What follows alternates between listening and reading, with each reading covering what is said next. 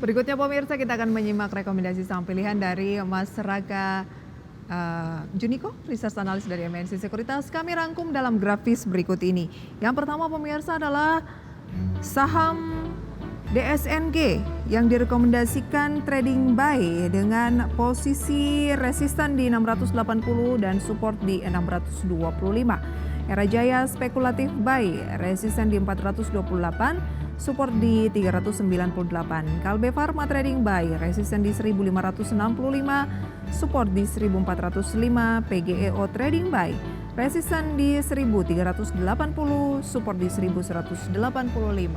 Mas Raka, tidak ada emiten dari sektor batu bara. Kenapa? Oke, memang kalau kita lihat nampaknya untuk batubara nantinya akan cenderung perform pada mulai bulan Juni ya, Mbak. Karena memang kalau kita lihat salah satu momentumnya itu adalah dari kenaikan harga yang didorong oleh potensi dari La Nina itu sendiri, Mbak, begitu. Oke, jadi kalau untuk DSNG, Era, Kalbe, PGEO ini untuk time frame berapa lama? Atau Oke, jangka untuk pendek? untuk saham rekomendasi dari kami ini nampaknya untuk bisa untuk dalam seminggu sepekan hingga minggu depan ya. Jadi ini untuk tactical buy saja. Oh, untuk trading saja ya?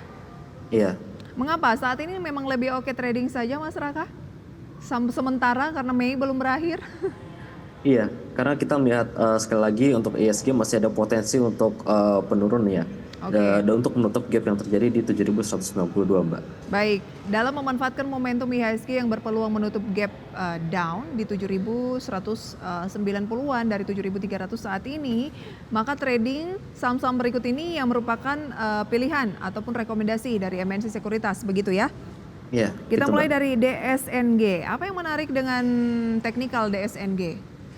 Oke, memang kalau kita cermati DSNG pada akhir pekan lalu ini terkoreksi dan juga disertai oleh adanya volume penjualan. Namun kami perkirakan saat ini DSNG sedang berada di akhir dari WFD dalam kurung dari WFB kotaknya pada triangle patternnya, sehingga nantinya koreksi DSNG ini kami lihat akan cenderung terbatas dan nantinya akan berpeluang menguat untuk menguji level resisten yang telah kami tetapkan.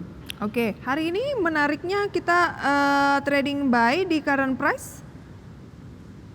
Maaf, Mbak, boleh diulang? DSNG kan ditutup pada akhir pekan lalu di 655 dan Anda bilang ada peluang ke 680.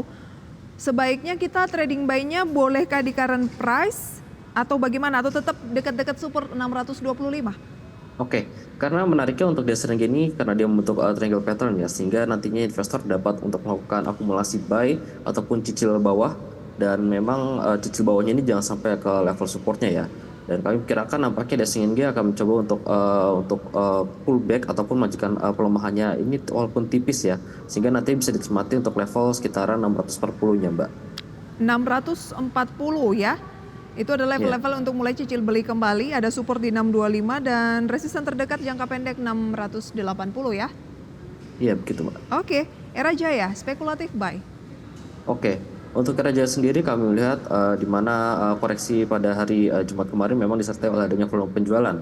Kami menilai selama nantinya Raja ini masih mampu mempertahankan level psikologis ataupun support kami di 398, kami perkirakan Raja ini sedang berada pada awal dari wave 3 kotak dari wave satunya.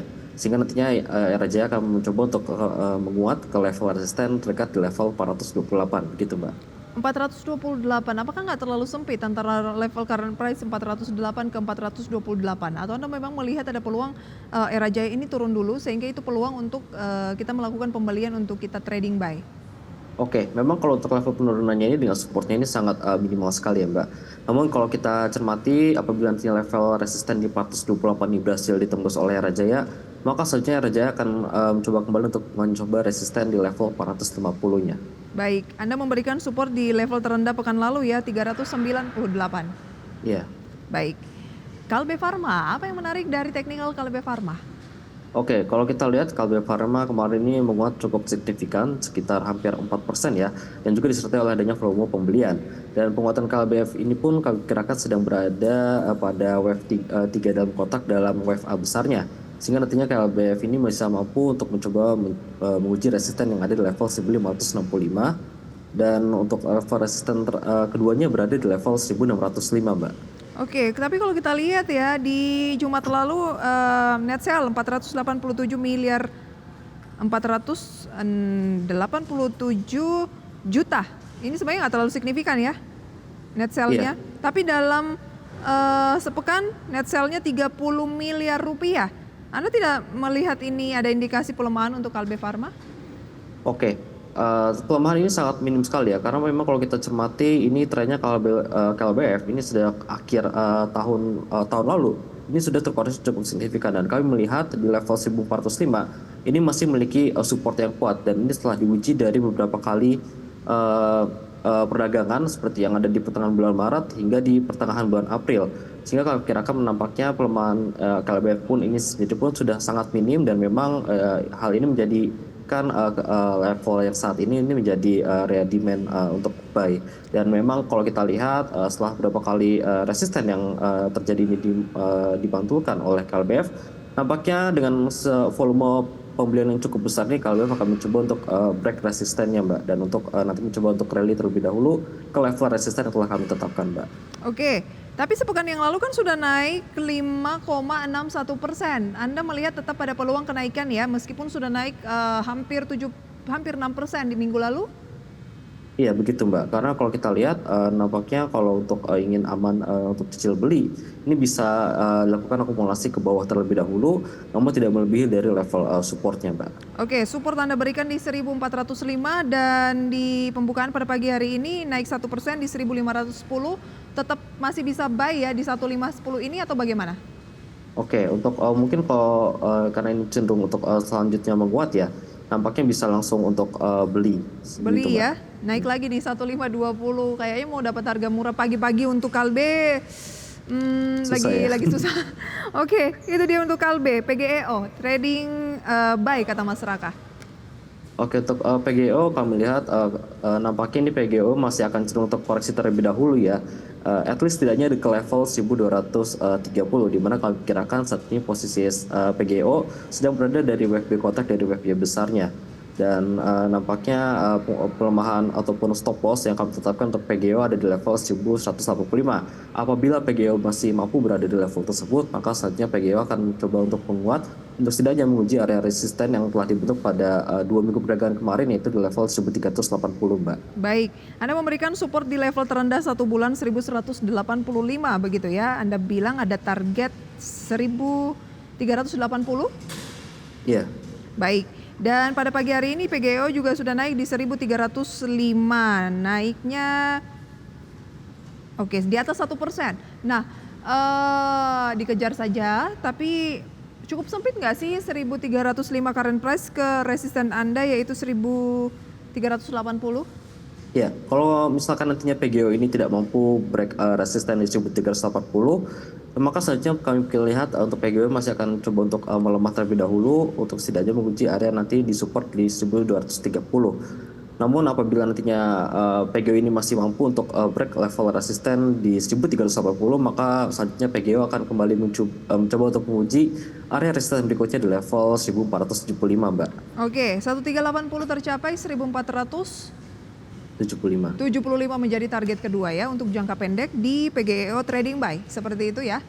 Iya, betul Oke, Mbak. itu dia pemirsa rekomendasi saham pilihan DSNG Trading Buy, Era Spekulatif Buy, Kalbe Farma Trading Buy, dan PGEO Trading Buy. Lagi-lagi keputusan investasi sepenuhnya kembali ke tangan Anda. Sebelum kita break pemirsa, kami informasikan bahwa indeks harga saham gabungan sesuai proyeksi Mas Raka masih menguat begitu ya, mungkin mengikuti bursa Asia dan juga bursa Wall Street pemirsa, di mana IHSG naik 0,63% di 7.361 pada pagi hari ini. Usai jeda pemirsa, kami tampilkan informasi selengkapnya, tetaplah di Market. Terima kasih pemirsa, Anda kembali bersama kami dalam segmen Market Buzz. Berikut kami tampilkan informasi pembukaan perdagangan pada pagi hari ini sesi 1, di mana indeks harga saham gabungan pemirsa 20 Mei 2024 bergerak di teritori positif dengan penguatan sekitar 0,5% atau 40 poin di 7.357. Dengan nilai tukar rupiah terhadap dolar Amerika Serikat menguat di 15.949, naik tipis 0,01% terhadap dolar Amerika Serikat. Dan deretan saham yang menjadi gainers based on value dan juga losers, antara lain pemirsa, beberapa waktu yang lalu kami capture adalah BRPT atau Barita Pacific Tbk, ini naik di 1.380 dengan penguatan 3%, disusul Inco 5,43% di 5.050, MDKA pemirsa naik 2% di 2.790, disusul Antam 2% di 1.650, Barito Renewable Energy atau Brent juga menguat 2% di 10.975, Medco, Cuan, Tins, NCKL juga masuk jajaran 9 saham gainers based on value. Losers pemirsa ada Sola, BMTR atau Global Mediacom, MHKI, Data, MARK, Dewa, Main, Elsip, MANG. Itu dia pemirsa data singkat mengenai update pembukaan. Pada pagi hari ini kembali kita akan berbincang bersama dengan Mas Raka Yuniko. Mas Raka, melihat pembukaan perdagangan rata-rata dari sektor terkait pertambangan begitu ya. Ada logam di sana, kemudian juga ada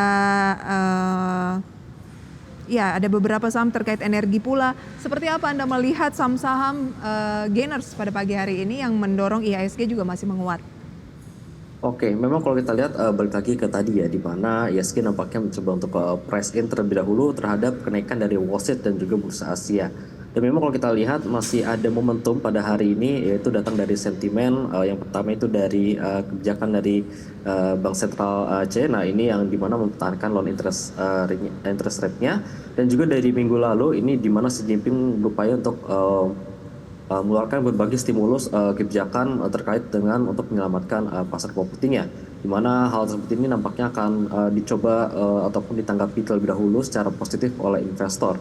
Dan tentunya hal ini apabila skenario-nya berjalan tepat ya, maka selanjutnya akan menjadi suatu hal kasus positif bagi emiten-emiten energi ke depannya. Ditambah nantinya ada potensi dari La Nina yang dimana hal tersebut ini dapat mendisrupsi supply itu sendiri dan juga menaikkan harga jualnya. Namun kalau kita lihat IHSG kita ini memang nampaknya harus mencoba terlebih dahulu untuk rasional ya, nampaknya untuk menguji gap down yang terjadi di level 7.192. Dimana kalau kita cermati untuk sentimen 2 pekan ke depan ini akan muncul berbagai pidato dari The Fed ataupun pejabat-pejabat The Fed-nya, yang dimana mereka nantinya akan mencoba untuk memberikan hint ataupun clue terkait dengan arah The Fed kebijakan suku bunga, terutama untuk segi di rate cap-nya, begitu Mbak. Baik, lantas kalau kita absen satu persatu dari deretan saham yang menjadi gainers tadi, ada BRPT, Inco, MDKA, Antam, Brand, Medco, Tins, NCKL, Cuan, mana yang kira-kira nih Mas Raka upside-nya masih menarik untuk dicermati? Oke, kalau untuk upside menarik kita ada dari Inco ya Mbak, karena memang kalau kita lihat masih cenderung lagging. Dan juga hasil divestment kemarin ini sudah terprice in nampaknya, begitu. Oke, kalau udah terprice in, kenapa Anda melihat masih ada upside yang menarik di Inco? Oke, karena kalau kita lihat untuk harga nikel itu sendiri pada tahun sebelumnya, ini memang harganya lebih tinggi dibandingkan harga yang saat ini masih, ataupun nikelnya ini baru menyentuh level 20 ribuan. Dan memang masih ada potensi upside ke depannya, dan nampaknya nantinya akan coba untuk Inco ini untuk mencoba price in terhadap kemungkinan kenaikan harga selanjutnya, begitu Baik, Mbak. ada support resistan mungkin untuk Inco yang bisa menjadi acuan? Oke, kalau kita lihat penguatan Inco pada pekan lalu ya, ini memang sudah menembus area resisten yang ada di level 4.750, sehingga nantinya apabila firm untuk level 4.750 ini nantinya ini sebagai support untuk Inco, maka selanjutnya Inco akan mencoba untuk rally dan menguji area resisten berikutnya di level 5.350-nya Mbak. Oke, 5.350 dan saat ini sudah naik 5%, 5.050. Trading buy?